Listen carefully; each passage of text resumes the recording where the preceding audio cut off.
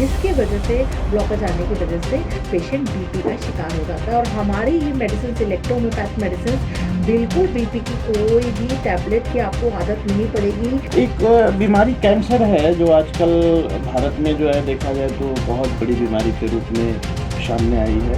हमारी ये herbal medicine cancer पर बहुत अच्छा असर डालती हैं। क्यों? क्योंकि ये लिविंग सेल्स जो है ना वो भी बनाती है, तो वो कैंसर का जो पेशेंट है वो रिकवर करता जाता है। बहुत सारी महिलाएं बेड रिडन हो जा रही हैं और ये दिक्कतें बढ़ती जा रही। सिजेरियन ऑपरेशन के बाद मोटापा का बढ़ना और इस तरह की दिक्कतें जो है मतलब उनको आ रही है। फिटनेस खत्म हो जा रही है बिल्कुल। विटामिन डी की काफ़ी कमी हो जाती है, तो उसमें भी मेरी मेडिसिन उसको पूरा करती हैं। उन दवाइयों से उनका गैप भर जाता है। उसमें हम कुछ एक ख़ास तरीके की थेरेपी देते हैं पेशेंट को, जिसकी वजह से उनके घुटनों के गैप भरना शुरू हो जाते हैं और पेन में काफ़ी रिलैक्स मिलता है। चाहे वो अपर रेस्पिरेटरी इन्फेक्शन हो, चाहे वो लोअर हो, चाहे वो चेस्ट का कैसा भी इन्फेक्शन हो, चाहे वो एलर्जिक अस्थमा हो, इस पे बहुत ज़्यादा कारगर है। और कोरोना के टाइम पे भी हमने बहुत पेशेंट्स को दवाई दी है।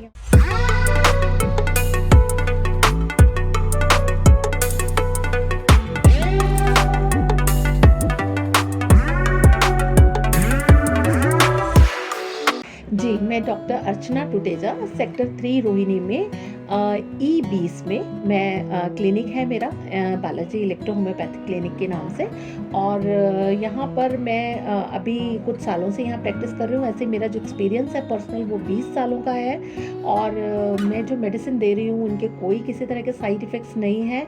और जो इसमें जो मैं काम कर रही हूँ वो काफ़ी सालों से कर रही हूँ, तो एक्सपीरियंस से मैं पल्स डायग्नोस्टिक भी करती हूँ, यानी कि पल्स को भी मैं डायग्नोस करती हूँ। पल्स से भी मैं बीमारी का आपको बता सकती हूँ। कई बार ऐसा भी होता है कि हम कोई टेस्ट नहीं कराते, सिर्फ पल्स देखने से ही आपको बता सकते हैं कि आपके शरीर में क्या क्या विकार हो रहे हैं या किस तरह के रोग उत्पन्न हो रहे हैं। तो उसके लिए मैं रोहिणी में मैं प्रैक्टिस करती हूँ। अगर आप यहाँ मिलना चाहें आके, तो आप मेरे फ़ोन नंबर पर 8010623019 पर संपर्क कर सकते हैं, व्हाट्सएप कर सकते हैं। और किसी तरह की भी सलाह आप लेना चाहें तो आप ले सकते हैं। कोई भी वैसे तो रोग हो, एक्चुअली सभी रोग जो है वो बीमारियां पेट से ही होती हैं। और पेट को चुस्त रखना बहुत ज़रूरी है। तो आजकल जो खाने पीने में टॉक्सिन्स आ रहे हैं, केमिकल बेस्ड फ्रूट्स वेजिटेबल्स हैं, उसकी वजह से जो है बीमारियां हमारे पेट को ख़राब कर देती हैं। और पेट जो है वो हमारा ख़राब होने की वजह से उसमें कुछ जूसेस होते हैं, जो एंजाइम्स होते हैं, जो कि हमारे को हेल्प करते हैं खाना पचाने में, वो नहीं हो पाता। उसकी वजह से पेनक्रियाज में प्रॉब्लम आती है और पेशेंट को शुगर हो जाती है। तो लाइफस्टाइल को तो चेंज करना ही पड़ेगा। रही बात खांसी वगैरह के लिए, तो देखिए पॉल्यूशन जो दिल्ली में है उसका जो इफ़ेक्ट आता है उससे बहुत से लोगों को एलर्जी हो जाती है।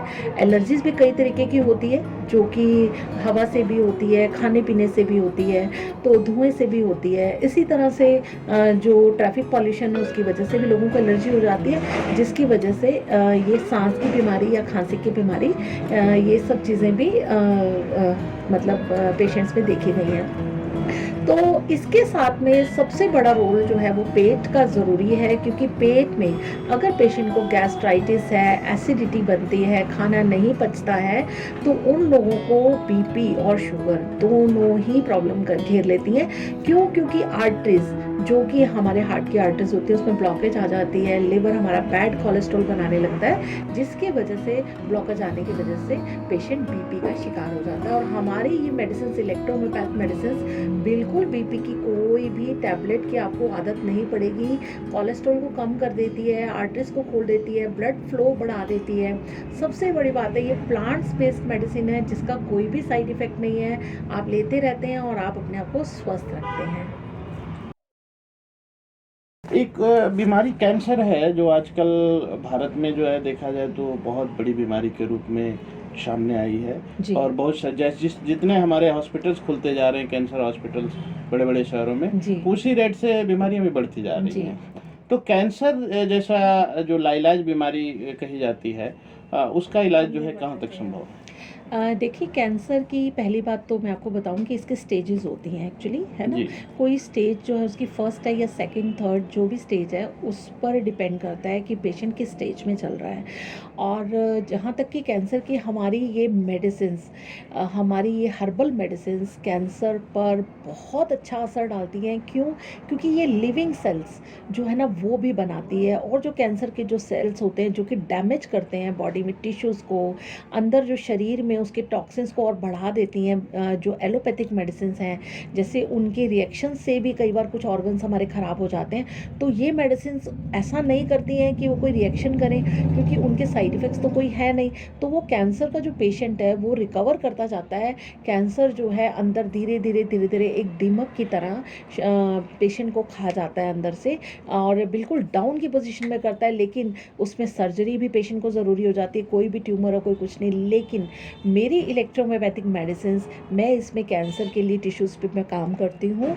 इसके लिए दवाइयाँ ऐसी हैं कि कैंसर के बहुत सारे पेशेंट्स ऐसे हैं जो बहुत ही अच्छे हो चुके हैं, शारीरिक रूप से अपने आप को बहुत फिट फील करते हैं, उनका खून भी शरीर में पूरा है, हेमोग्लोबिन भी बनने लगा है, भूख भी बढ़ने लगी है, और शरीर की तंदुरुस्ती भी हो रही है, और कैंसर के जो सेल्स हैं, जो लिविंग सेल्स हैं वो बन रहे हैं। तो इसमें हमारी मेडिसिन के साथ किसी भी कीमोथेरेपी की ज़रूरत नहीं होती, और पेशेंट बहुत अच्छे से रिकवर करता है।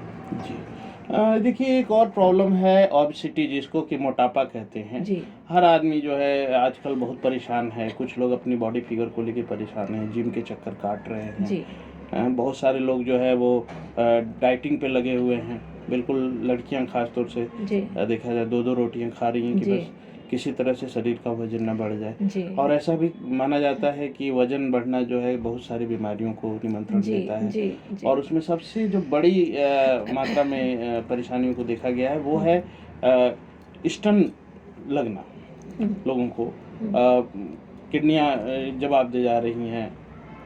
तो इस तरह की दिक्कतें बहुत ज़्यादा हो रही हैं, और बहुत एक मोटा अमाउंट जो है खर्च करना पड़ रहा है जी। हॉस्पिटल्स जी। में। तो इसके लिए क्या किया जा सकता है?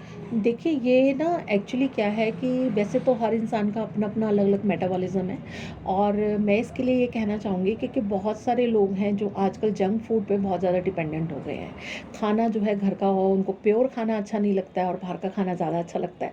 तो उसकी वजह से एक तो उनको उस पे कंट्रोल करना पड़ेगा। दूसरा क्या है, लेडीज़ में ये प्रॉब्लम जो है, जो कि ओवर फैटनेस की, ओबेसिटी की जो देखी जाती है, वो हार्मोन्स के डिस्टर्बेंस की वजह से भी हो जाता है। जो बंदा ओवर वेट हो जाती हैं लेडीज़, हार्मोन्स के डिस्टर्बेंस की वजह से ओवर वेट हो जाती हैं, और उसमें क्या होता है कि उनको ये उनके खुद के बस में नहीं होता। कई बहुत सारी औरतें देखी गई हैं जो ज़्यादा खाना नहीं भी खाती हैं, ओवर ईटिंग नहीं भी करती हैं, तो भी उनका वेट बढ़ता चला जाता है। तो ये एक तरह का हार्मोन डिस्टर्बेंस की वजह से भी होता है। और कुछ लोगों को खाना नहीं पचता है, खाना ना पचने की वजह से, गैस ज़्यादा बनने की वजह से भी मोटापा आ जाता है। तो इसके लिए हर एक पेशेंट की अलग-अलग प्रकार से ही उसकी दवाई की जाती है, और ये मेडिसिन उसमें कारगर हैं। उसमें वेट भी पेशेंट रिड्यूस करता है और हेल्थ को गेन करता है। ऐसा नहीं है कि वेट कम हो रहा है तो आपको कमज़ोरी आ रही है, ऐसा नहीं है। तो आप दवाई लेते-लेते वेट को कम भी कर सकते हो, और इसके अलावा आप अपने आप को एक्टिव रख सकते हो। जी, जहाँ तक स्त्री शक्ति की बात अभी चल रही थी, मातृशक्ति हैं, हम पुरुषों को जन्म देने का काम भी उन्हीं का है। तो आजकल ये देखने में आया है कि ज़्यादातर बच्चे सिज़ेरियन पैदा हो रहे हैं, और उसमें ऑपरेशन से गुज़रना पड़ता है महिलाओं को, और कुछ इंजेक्शंस दिए जाते हैं रीढ़ की हड्डियों में, जिससे जो है उनको बहुत सारी महिलाओं को दूसरे तरह की दिक्कतें आ रही हैं। बहुत सारी महिलाएं बेड रिडन हो जा रही हैं, और ये दिक्कतें बढ़ती जा रही हैं। सिज़ेरियन ऑपरेशन के बाद मोटापा का बढ़ना और इस तरह की दिक्कतें जो है मतलब उनको आ रही है, फिटनेस ख़त्म हो जा रही है बिल्कुल। तो क्या इसमें एलोपैथिक जो दवाएँ हैं और जो डॉक्टर्स हैं, ये कहाँ तक मतलब सही है कि 98% 80% हॉस्पिटल्स का रिकॉर्ड है कि ये जो सिज़ेरियन ऑपरेशन करते हैं, कहीं ऐसा तो नहीं है ना कि ये बस पैसा कमाने का ज़रिया बन चुका है? देखिए, ऐसा भी है, बहुत सारे हॉस्पिटल्स में ऐसा हो रहा है कि उनको एक तो सर्जरी के दौरान जो डिलीवरी या कोई भी आप जी। अगर बच्चा किसी लेडीज़ का बच्चा पैदा कराने में आप सर्जरी को यूज़ कर रहे हैं, तो उसमें उनका बिल भी मोटा बनता है, ऐसा ये सच है। इसमें देखिए 50% ऐसा होता है कि बड़े-बड़े डॉक्टर्स का मैडम हाँ। ये रिकॉर्ड है कि उनका 80%, 90% हाँ, कहते हैं कि हाँ। इनका सिजेरियन का रिकॉर्ड है। हाँ, एक्चुअली क्या होता है 100 में से 50% तो कुछ चीज़ें जेन्युइन होती हैं जी। कि जिसकी वजह से ऑपरेशन करना पड़ सकता है पेशेंट को। उसमें कई बार बीपी बहुत ज़्यादा हाई चला जाता है पेशेंट का, तो रिस्क होता है, ब्लीडिंग का रिस्क होता है ना। कई बार अंदर पानी, कुछ गंदा पानी जो कि छूट जाता है और वो ख़त्म हो जाता है, तो वो भी एक जेन्युइन रीज़न है ऑपरेशन करने का। इसके अलावा भी कई लेडीज़ का, कई जो जच्चा होती हैं उनके बच्चेदानी का मुँह नहीं खुलता है पूरा, तो उस वजह से भी सिजेरियन हो जाता है। लेकिन कुछ बहुत सी मेडिसिन हमारी ऐसी हैं, अगर हम 7वें 8वें महीने से उसे देना स्टार्ट कर दें, है ना, पहले से देना स्टार्ट कर दें, तो वो बच्चेदानी का मुंह खोलने में, उसे रिलैक्स करने में हेल्प करती हैं। तो जैसे बच्चेदानी का अगर मुंह आराम से खुल जाता है तो पेशेंट को विदाउट पेन भी डिलीवरी हो सकती है। जी। जी। अच्छा, नेक्स्ट हम आते हैं अब थोड़ा सा बुजुर्ग लोगों की तरफ। बुजुर्ग लोगों को सबसे ज़्यादा दिक्कत घुटने की होती है जी।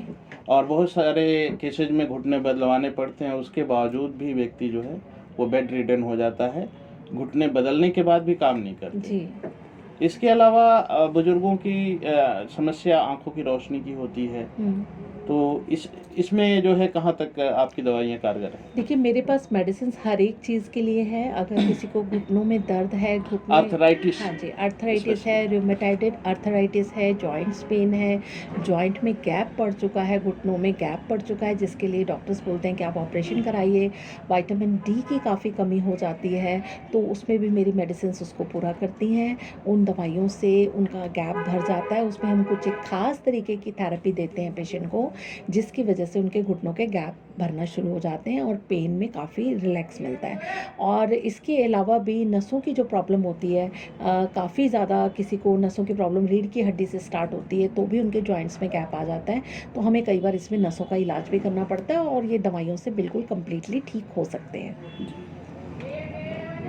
कुछ और बातों को हम उठाना चाहेंगे, जैसे कि अभी कोरोना के टाइम में हमारी जो एलोपैथिक दवाइयाँ हैं बिल्कुल फेल सी हो गई थी। कुछ सिम्टोमेटिक दवाइयों से लोगों का इलाज किया जा रहा था और इसी में बहुत सारी अलग-अलग पैथीज़ ने दावा किया कि हमारे पास कोरोना का इलाज संभव है, जैसे होम्योपैथ ने बताया। आयुर्वेद में बाबा रामदेव की पतंजलि योगपीठ ने कहा कि हमारे पास कोरोना की पेटेंट दवा उपलब्ध है, उन्होंने मार्केट में चलाया भी, लेकिन सरकार ने इन सभी दवाइयों को बैन कर दिया और कहा कि हम एलोपैथ के अलावा और किसी पैथी को जो है एक्सेप्ट नहीं करते हैं। तो इसके पीछे क्या लगता है कि कुछ दवा की जो कंपनियां हैं या जो इस तरह से बिजनेस माइंडेड लोग हैं जिन्होंने इस प्रोफेशन को बिजनेस बना लिया है, क्या उनका कुछ इसमें हाथ लगता है क्या? देखिए ऐसा है कि पहली बात तो कोरोना को इतना उसका डर पैदा कर दिया, इतना डर पैदा कर दिया लोगों के लिए कि मतलब लोगों को लगने लगा कि एक बीमारी ही ऐसी है जो एक दूसरे से होती है एक दूसरे को, तो उसी की वजह से जो है ना पेशेंट्स बढ़ते चले गए, है ना। और डर की वजह से भी बहुत सारे लोगों को ये हुआ, किसी का बीपी लो हो गया तो किसी का हाई हो गया, वो दवाई पे कंसंट्रेट करने के बजाय वो डर गए, हाँ वो डर गए। तो मैं इसके बारे में बताना चाहूँगी कि मेरी इलेक्ट्रो होम्योपैथिक मेडिसिन के अंदर मतलब इतना अच्छा वो रेस्पिरेटरी सिस्टम पे काम करती है, चाहे वो अपर रेस्पिरेटरी इन्फेक्शन हो, चाहे वो लोअर हो, चाहे वो चेस्ट का कैसा भी इन्फेक्शन हो, चाहे वो एलर्जिक अस्थमा हो, इस पे बहुत ज़्यादा कारगर है। और कोरोना के टाइम पे भी हमने बहुत पेशेंट्स को दवाई दी है, यहाँ तक कि कैसे दी है हमने, मतलब बाय कुरियर भी हमने दवाइयाँ पहुँचाई हैं जो हमारे पेशेंट्स थे, जिनको मान लो वो दिल्ली के बाहर के हैं और वो सफ़र किया उन्होंने उस चीज़ को। अब कोरोना के लिए जो हमने मेडिसिन दी इम्यून सिस्टम को स्ट्रॉन्ग करने के लिए प्लस रेस्पिरेटरी इफेक्ट के लिए कि उनको सांस आराम से आए, खुल के उनका कफ बाहर निकल जाए, तो उससे लोगों को बहुत ज़्यादा आराम मिला। और आगे भी मेरा मन है कि हम इस तरह की दवाइयाँ आगे भी प्रिवेंटिव मेडिसिन के तौर पे भी लोगों को देंगे, जिससे कि इस तरह की बीमारियाँ लोगों को ज़्यादा ना फैलें। एक और प्रश्न है मैडम कि जैसे बहुत सारी पैथीज हैं, एलोपैथ तो देख ही रहे हैं बड़ी महंगी है, आम आदमी जो है इसको मतलब कॉप अप नहीं कर पाता है इलाज को। दूसरी तरफ है होम्योपैथी, इसके बाद आयुर्वेद है, यूनानी है, सब कुछ है, पर खर्च के मामले में ये इलेक्ट्रो होम्योपैथी जो है बाकी पैथीज के कंपैरेटिवली कहाँ दिखाई देती है? देखिए खर्च के मामले में ऐसा कुछ एकदम से नहीं कहा जाएगा। रीज़न क्या है, क्योंकि पेशेंट टू पेशेंट डिफ़र करता है कि पेशेंट की कंडीशन क्या है, उसके कौन-कौन से ऑर्गन्स इफ़ेक्टेड हैं। अगर तो पेशेंट को एक सिंपल सी मेडिसिन है तो वो 200-300 रुपए में भी अपनी दवाई लेके अपना अच्छे से अपनी मेडिसिन को लेके उसमें 1 हफ़्ते भर की दवाई आ जाती है और पेशेंट क्योर हो जाता है। चाहे वो वायरल है, सर में दर्द है, बुखार-ज़ुकाम है, कुछ भी है, तो वो बहुत चीपर पड़ती है मेरे हिसाब से बाकी मेडिसिन से। क्योंकि अगर आप किसी डॉक्टर को दिखाने भी जाते हो तो कंसल्टेशन जो उनकी फ़ीस होती है वो ही बहुत ज़्यादा हो जाती है। आजकल तो 1000, 1500, 2000 तक भी कंसल्टेंट फ़ीस है। लेकिन अभी क्या है कि हम जो मेडिसिन देते हैं उसमें मेडिसिन भी देते हैं पेशेंट को, और वो सबसे बड़ी बात है कि फ़ास्ट रिकवरी पेशेंट को होती है। और जो बड़े-बड़े क्रॉनिक केसेज़ हैं, जैसे कैंसर है या कोई किडनी के पेशेंट है या लिवर के पेशेंट्स हैं, उसके लिए उनमें जो दवाइयों का खर्च पड़ता है वो कुछ, अगर जैसे उनको आप फ़ीस देते हैं तो उनका वो बीच में ही सब इलाज उनका पूरा हो जाता है। तो एलोपैथिक मेडिसिन से कहीं ज़्यादा ये हमारी चीप पड़ती हैं, एलोपैथिक मेडिसिन जी। से, आयुर्वेदिक मेडिसिन से। सबसे बड़ी बात ये है कि आयुर्वेदिक मेडिसिन भी अगर आप लेते हैं तो पता चलता है कि नहीं जी, ये गर्मी कर गई। अभी उसका जो है ना नेचर जो था बॉडी का वो ठंडा था, जी। उसे इस तरह से पेट में गर्मी हो गई, उसे कफ बना दिया, क्योंकि एक्चुअली वो काम करती है कफ, पित्त और वात पर। तो है वो भी देसी दवाई, नुकसान उसके भी नहीं होते। लेकिन अगर कई बार क्या होता है कि पेशेंट का कफ बढ़ जाता है तो उसे उसे प्रॉब्लम बढ़ सकती है। लेकिन मेरी ये मेडिसिन्स जो हैं वो लिम्फ और ब्लड पे काम करती हैं। ये लिम्फ और ब्लड को प्यूरिफ़ाई करती हैं, जिसकी वजह से बीमारियाँ जाती हैं और मुड़ के वापस नहीं आती हैं। अगर पेशेंट अपना लाइफ़स्टाइल को चेंज करके रहता है और आगे अपना खान-पान का ध्यान रखता है तो उसे वो लाइफ़ में फिर दोबारा कभी भी प्रॉब्लम नहीं आती है। इसके अलावा और कौन-सी ऐसी बीमारियाँ हैं जिनमें आपकी दवाएँ जो है कारगर हैं? काफ़ी बढ़िया रिस्पॉन्स जिन बीमारियों में है, दर्शकों को बताएँ? हाँ जी, मैं ये बताना चाहूँगी कि मेरी ये मेडिसिन्स वैसे तो कॉमन कोल्ड से लेकर हम लोग प्रिवेंटिव ट्रीटमेंट कैंसर के लिए भी देते हैं। और कॉमन कोल्ड से लेकर आप हर एक तरह की, जिसमें कि अस्थमा है, एलर्जीज़ है, स्किन की कोई भी प्रॉब्लम हो, स्किन का कैसा भी केस हो, चाहे वो सोराइसिस है, एक्जिमा है। हालाँकि आपने देखा होगा सोराइसिस का कोई भी ट्रीटमेंट कहीं पॉसिबल ही नहीं है, सिर्फ़ डॉक्टर्स देते हैं। कुछ फॉर टाइमिंग ट्रीटमेंट होता है जिससे कि पेशेंट को आराम कुछ मिलता है, उसे एंटी फंगस लाइफ टाइम, दवाइयाँ वगैरह हाँ जो जी, देते हैं? लाइफ टाइम लेना पड़ता है। और वो स्टेरॉइड बेस्ड होती हैं, जी। स्टेरॉइड्स उसमें दिए जाते हैं और साइड इफ़ेक्ट्स भी हाँ, बहुत उसके ज़्यादा साइड होते इफ़ेक्ट्स हैं। बहुत ज़्यादा हैं। तो इसलिए मैं आपको यही बोलूँगी कि इसमें एलर्जीज़ के बहुत अच्छे ट्रीटमेंट हैं। बहुत सारे गायनी की प्रॉब्लम होती है, लड़कियों के लिए पीसीओएस की प्रॉब्लम होती है, पीसीओडी की प्रॉब्लम होती है। लेडीज़ को फाइब्राइड्स हो जाते हैं, यूट्रिन फाइब्राइड्स हो जाते हैं, सिस्ट हो जाती है ओवरीज़ के अंदर, तो उसमें भी हम इस तरह की मेडिसिन देते हैं कि वो पीरियड के थ्रू बहुत अच्छे से क्लीनिंग उसकी हो जाती है और वो सिस्ट बार-बार रिपीट भी नहीं होती।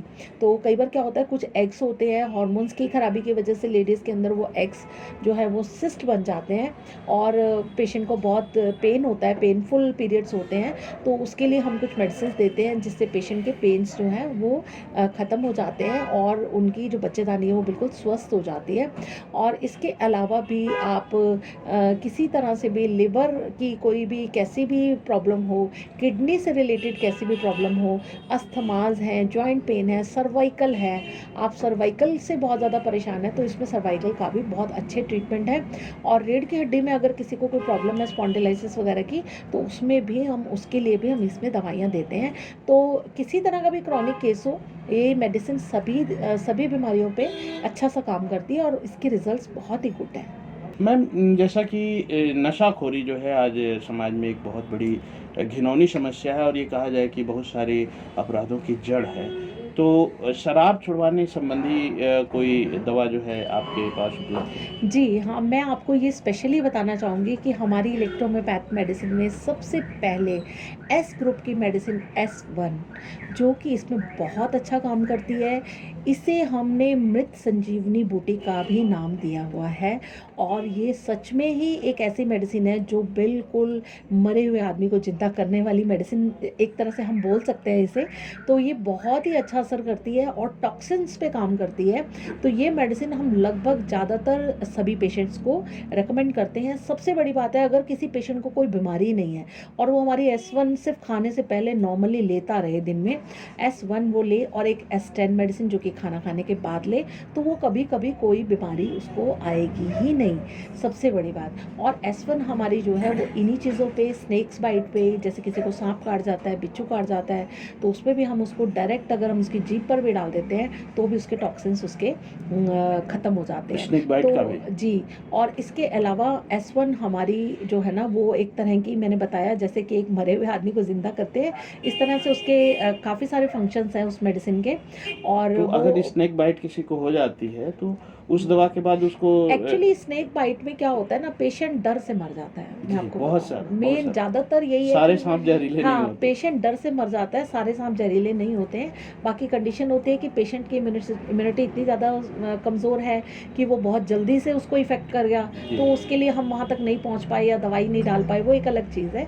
लेकिन ये इसके जो है ना मेडिसिन ऐसी है कि बिल्कुल जहर को काटती है, जहर को काटती है। इसके अलावा ये S1 को हम हर एक टॉक्सिन्स जिनके अंदर हैं या नर्वस सिस्टम की, ये हमारी बहुत अच्छी मेडिसिन है जो कि हमारे ब्रेन पे बहुत अच्छा काम करती है। S1 F1 ये मेडिसिन हमारे ब्रेन पे बहुत अच्छा काम करती हैं। इसको हम देते हैं, पेशेंट की मानसिक स्थिति चेंज हो जाती है और वो नशे को धीरे धीरे छोड़ने शुरू कर देता है। आप इसको मेडिसिन को अपने पानी में बूंदे डाल के लेनी होती है, तो अगर आप पेशेंट को बताना भी ना चाहें तो भी उनके खाने में, सब्जी में आप जैसे मर्जी उनको दे सकते हैं। और ये सबसे बड़ी बात है कि उनके दिमाग की जो स्थिति है, मन स्थिति जिसे बोलते हैं, उसे बहुत अच्छा कर देती है। तो S1 हमारी मेन मेडिसिन है इस चीज़ के लिए। जैसा कि हमने अभी आपकी दवाओं को देखा मैम, वो सिर्फ पानी जैसी ही समझ में आ रही हैं, ना इसमें कोई टेस्ट है, ना स्मेल है, ना कोई इसमें अल्कोहलिक सिम्टम्स नज़र आ रहे हैं। तो आम आदमी को तो पता लगाना ही मुश्किल होगा कि ये वास्तव में दवा है या नहीं है।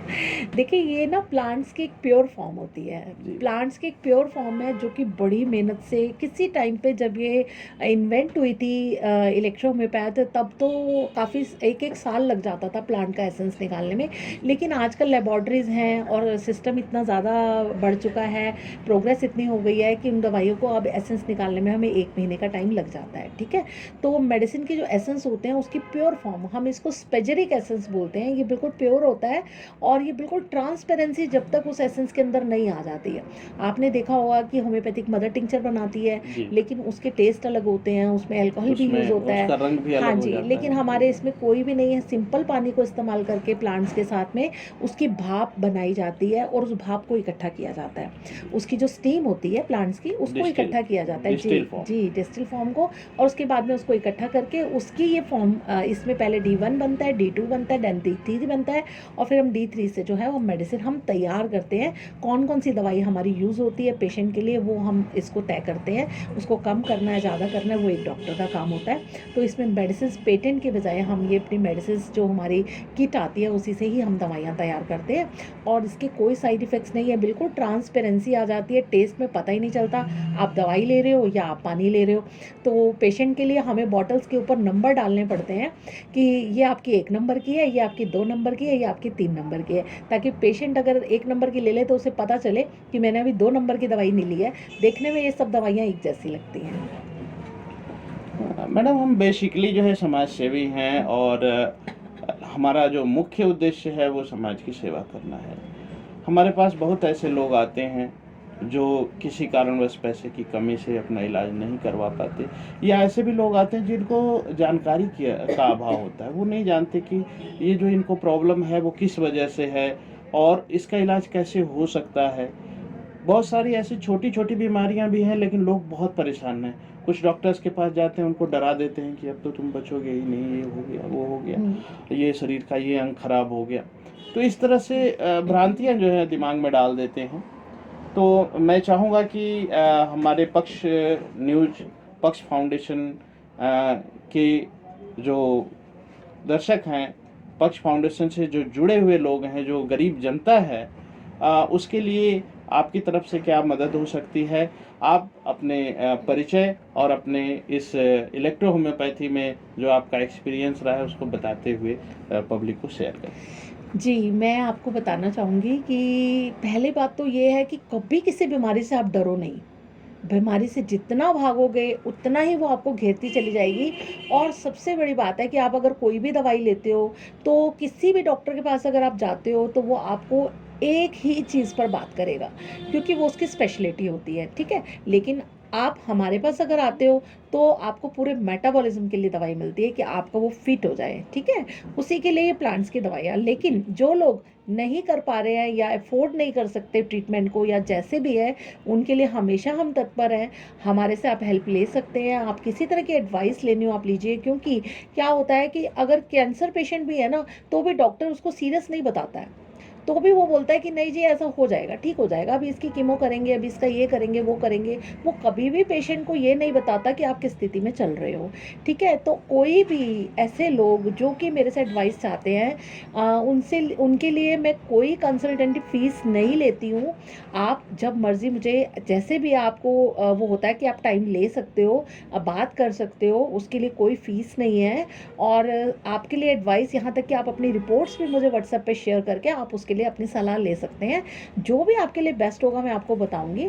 तो आप हमेशा ये ध्यान रखें कि अपने लाइफ़स्टाइल को अच्छा रखें, पानी खूब ज़्यादा पिएँ और पेट को आप सेट रखें, क्योंकि सारी ही बीमारियाँ लगभग रोग हमारे पेट से होते हैं। मैडम, जैसा कि इलेक्ट्रो होम्योपैथिक जो है बहुत ही कारगर उपाय है स्वस्थ रहने का, तो बहुत सारे पेशेंट जो है आपके क्लिनिक में आए होंगे जिन्होंने इलाज कराया होगा, तो कुछ ऐसे क्रिटिकल केस भी आए होंगे जो ठीक हुए होंगे, तो इस तरह का कोई किस्सा आप शेयर करना चाहेंगे? जी, बहुत ऐसे तो बहुत सारे केसेस हैं, क्योंकि मैंने जैसे बताया आपको कि मेरा 20 सालों का एक्सपीरियंस है। तो हर तरह के पेशेंट्स हमारे पास आए हैं। तो इनमें बहुत सारे स्किन के केसेस हैं, सोराइसिस के केसेस हैं जो कि कम्प्लीटली ठीक हुए हैं। इसके अलावा कैंसर के, ब्रेस्ट कैंसर के केस हैं जो कि अभी चल भी रहे हैं, बहुत अच्छे से वो ठीक हो रहे हैं, उनकी रिपोर्ट्स बिल्कुल नेगेटिव आ रही हैं। इसके अलावा लिवर की ऐसी कंडीशन जिसमें कि लिवर चेंज होने वाला हो जाता है, ट्रांसप्लांट होने वाला हो जाता है, ऐसे केसेस को भी हमने लिवर की दवाइयों से उसको हमने ठीक किया, क्योंकि लिवर के भी केसेस ठीक हुए हैं। इसके अलावा पुराना नज़ला, साइनस की प्रॉब्लम हो जाती है लोगों को, नाक की जो हम जिसे बोलते हैं कि ब्लॉकेज आ गई है, नाक बिल्कुल बंद हो जाती है और सांस नहीं आती, पेशेंट को अस्थमा हो जाता है। लेकिन कई बार क्या होता है कि डॉक्टर्स क्या करते हैं, जहाँ भी जिस भी डॉक्टर्स को आप स्पेशली आप ईएनटी वाले डॉक्टर को दिखाने जाते हैं, तो वो क्या करते हैं जी, नाक में डालने की दवाई देंगे आपको। ज़्यादा से ज़्यादा पेशेंट को अगर सांस नहीं आ रही तो उनको सांस का स्प्रे दे देते हैं कि आप ये स्प्रे कीजिए और इससे आपको सांस आ जाएगी। उनको बिल्कुल भी दमा नहीं होता, उनको बिल्कुल अस्थमा नहीं होता, लेकिन वो अस्थमा के पेशेंट्स बन जाते हैं लाइफ टाइम के लिए और वो स्प्रे लेते हैं। और मैं यही कहूँगी कि अस्थमा की भी प्रॉब्लम 50%, ये मैं अपने एक्सपीरियंस से बता रही हूँ, 50% अस्थमा जो होता है वो पेट की बीमारी से होता है। उन लोगों को पेट में बहुत गैस होती है, जिससे उनके चेस्ट में घुटन हो जाती है और उनको सांस में दिक्कत आने लगती है, और उनके नाक बंद होने की वजह से वो उनकी पूरी ब्लॉकेज आ जाती है, जिसकी वजह से उनको सांस में प्रॉब्लम आने लगती है। लेकिन डॉक्टर उनको वो स्प्रे देते हैं सांस लेने वाला, जो कि बहुत ख़तरनाक होता है, आप लाइफ टाइम उसको नहीं ले सकते, एक ना एक दिन वो ऑक्सीजन पे पहुंच जाता है। तो मैं यही कहूँगी कि आप सेफ़र मेडिसिन लीजिए जिनके कोई साइड इफ़ेक्ट्स नहीं हैं, और मेरे पास ऐसे बहुत सारे किस्से हैं जो कि मैंने मेडिसिन से ठीक करे हैं और आगे भी मैं इनकी सेवा कर रही हूँ। आगे भी जो पेशेंट मेरे पास आ रहे हैं लगभग फुली सेटिस्फाइड हैं पेशेंट्स मेरे, कभी किसी ने कोई शिकायत नहीं करी है। हाँ, ये हो सकता है कि कोई पेशेंट ने अपनी दवाई बीच में कभी मिस कर दी हो, वो एक अलग बात है कि वो उनकी अपनी चॉइस है। बट मेरे पास जो भी पेशेंट्स के इलाज चलते हैं, जो भी कॉन्टिन्यूटी में रहते हैं, वो सब ठीक होते हैं।